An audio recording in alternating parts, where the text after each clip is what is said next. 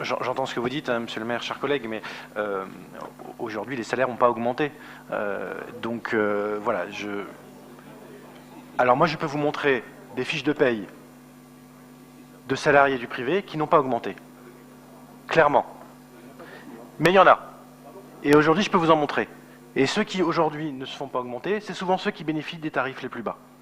Et je dis qu'aujourd'hui, en effet, pour les tarifs les plus modestes, et vous allez me dire qu'il y a des tarifs dégressifs et des tarifs au coefficient familial qui font que les tarifs sont assez bas, mais aujourd'hui, tous les tarifs de la ville augmentent.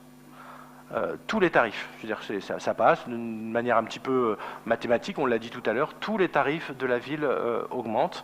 Et moi je trouve que dans une situation, en effet, où c'est un choix politique d'assumer le fait de ne pas faire répercuter tout ou partie de l'inflation sur les familles.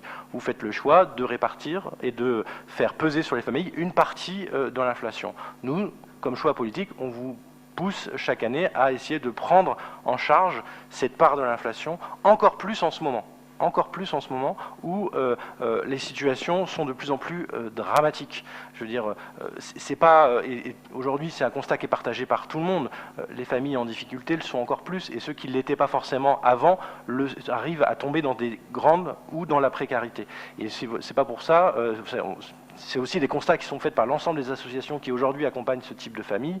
On voit des gens de plus en plus nombreux avoir recours à des associations d'accompagnement, y compris sur les questions d'aide alimentaire.